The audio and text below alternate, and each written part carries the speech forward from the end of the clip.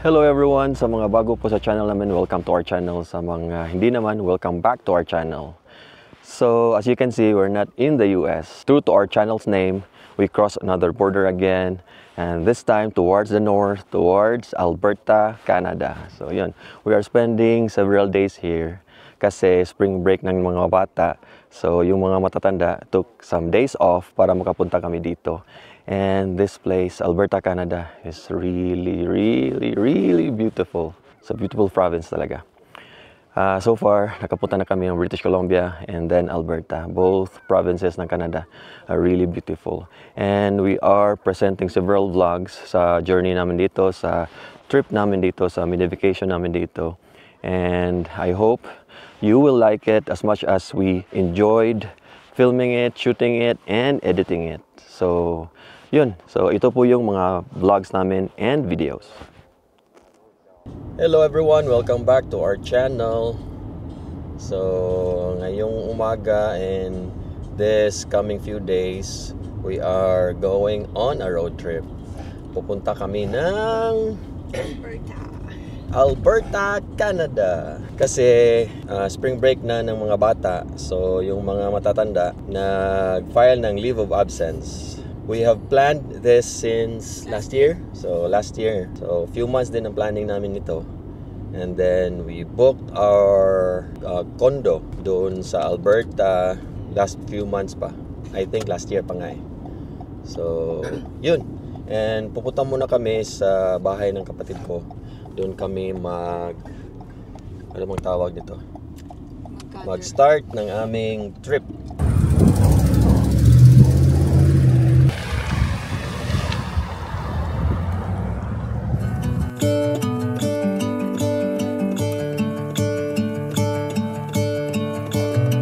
Gonna let the sun shine in today. I'm trying to make this darkness go away. I'll paint with colors and I'll sing until my lungs give out. I'm gonna let the sun shine in today. And I will leave my windows open so that I can hear the sound of talking and the wind blowing in the trees. So nag-stop muna kami kasi yung kabilang sasakyan nag-change drivers. Tayo hindi pa muna. Kaya pa daw ng driver ko. Papakita ko sa inyo kung anong kalawak yung mga farms dito sa banda ng Washington. Oh, I will open up my eyes so I can see the light. Oh, and I'll try to spread my wings so I can fly. Oh, and the darkness starts to fade. Feels like things are gonna go my way. I'm gonna let the sun shine in the day.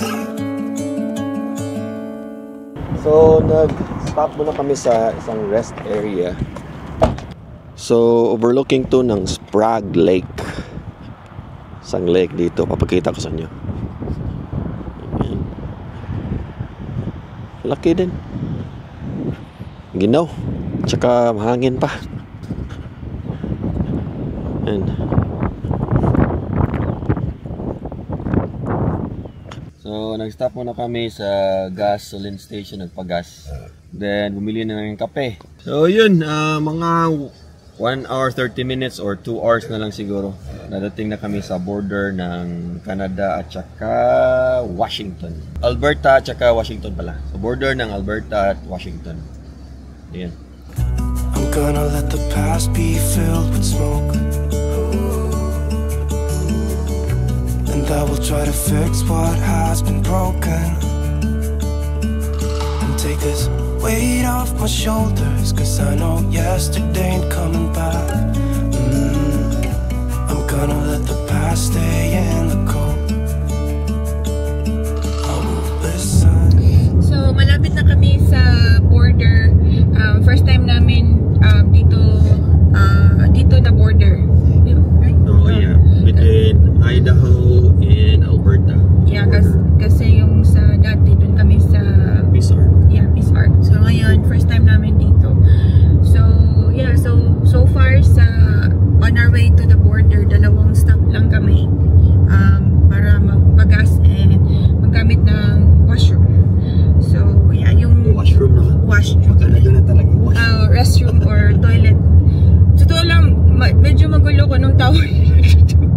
restroom. Washroom.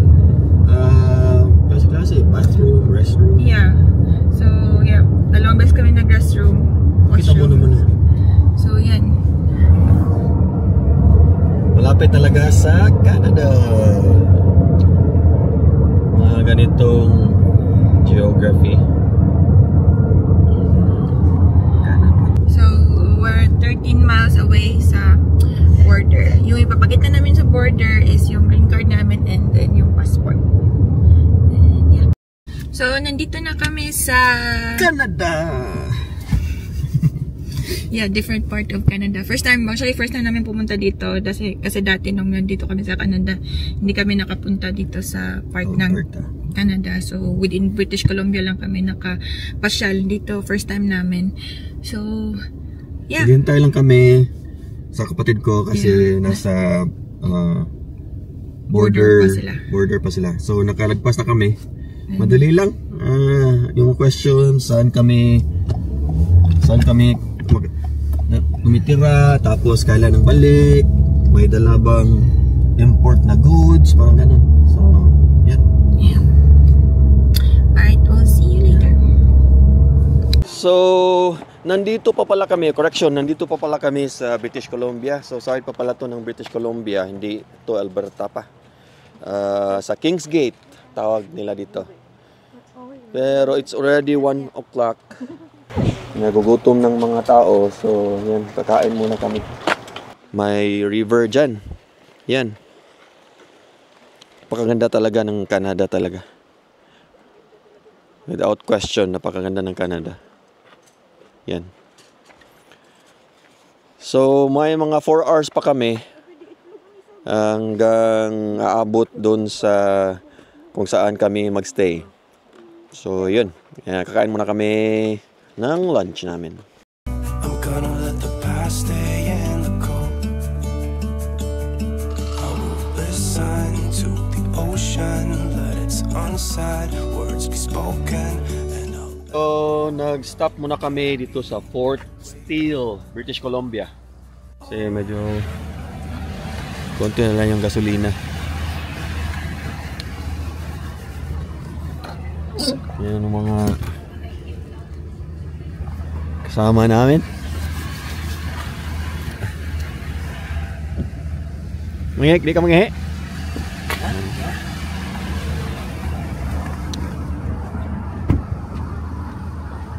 So, ang gas dito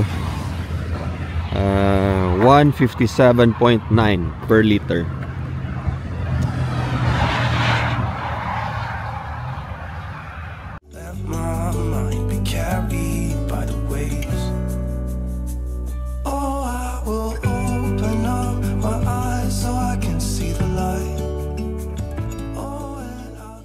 So, nandito pa rin kami sa British Columbia. We still have 2 hours and 51 minutes or 271 kilometers. So, nasa Canada na tayo, kilometers na. So, yun. Napakaganda talaga dito. Tingnan nyo yan. This is British Columbia, Canada. Yan. That's why we love this place talaga. We love this country. Napakaganda talaga. We are glad na we chose this place para sa short vacation namin. So yun. And we still have 2 hours and 50 minutes or 270 kilometers. So yun. Mga 6:47 ang arrival namin sa aming stayhan. So pagdating namin dito, kakaiba talaga yung feeling. I can still remember how it felt when we were still here in Canada.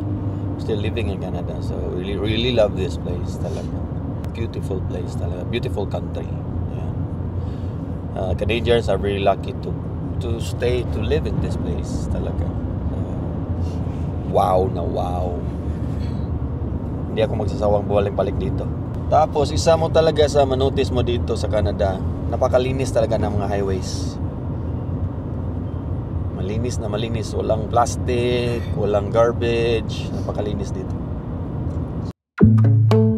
I see it in your eyes. Yeah, I can read the signs. You need to. So, nandito na kami sa Alberta talaga. Malapit na kami sa Banff. Ewan ko anong lugar ito. Ay, lookout siya. Yan. Cloud dito nga.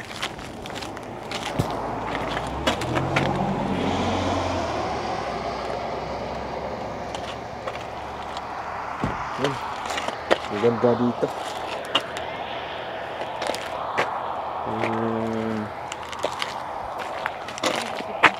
Kootenay National Park pala ito.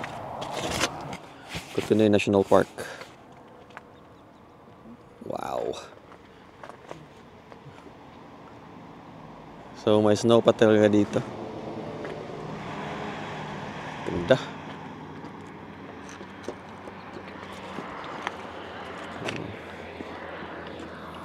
Mga 1 hour na lang kami. 100 kilometers sa patunguhan namin. Get away. It's time we make a change. Oh, you know you'll always have me. Baby, I will always stay with you. So put your trust in me.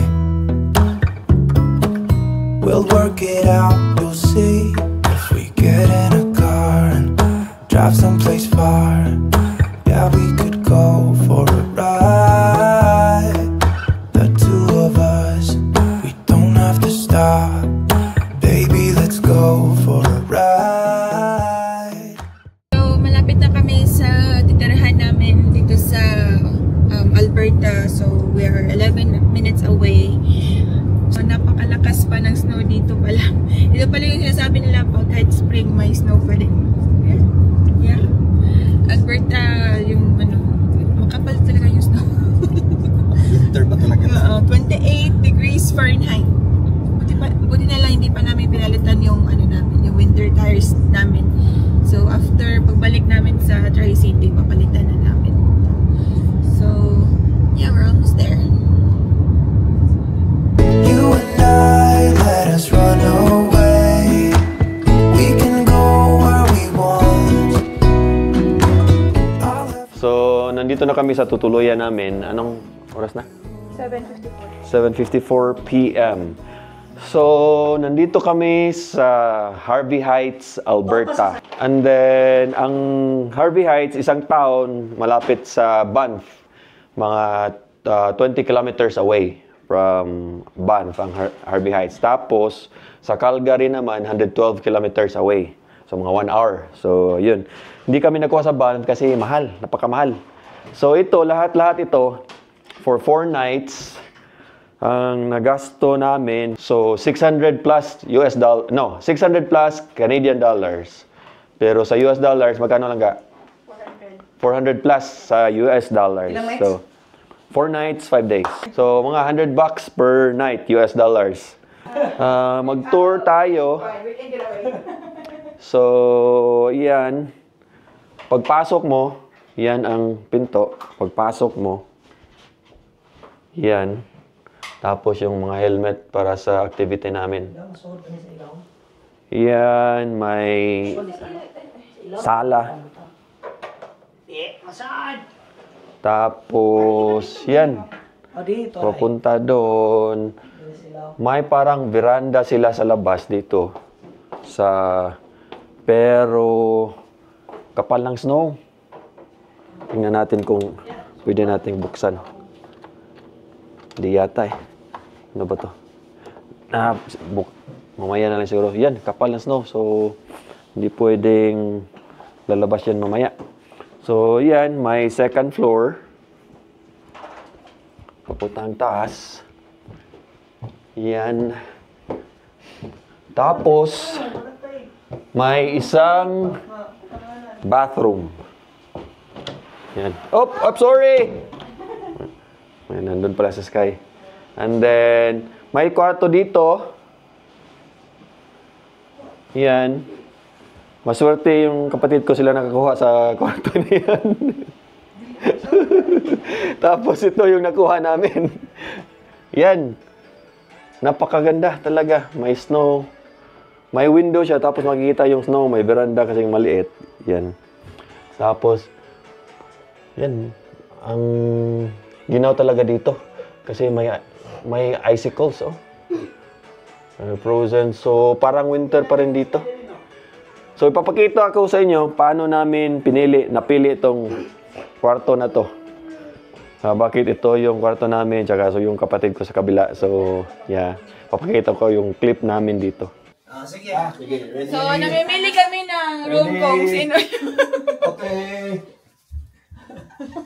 Okay. So, kinsay right? Masay ko, black or brown? Brown! Oh, right. Oh, sige. Sige. namimili ng kung saan na room yung... Saan kami na room? Kasi dalawa lang yung room. So, yun. And may dala kami mga pagkain. Yung pack na ng mga pagkain. So, iinitin na lang. Yun lang mga kasi ang layo na. Napagod kasi kami. So, pag lalabas pa kami para kumain, hindi na pwede. Nakakapagod na. So, dito na lang kami. Tapos, tomorrow, yung first activity namin. So, yun. Magliligpit muna. Tutulungan ko muna si Alison magligpit ng mga gamit namin. So, yun.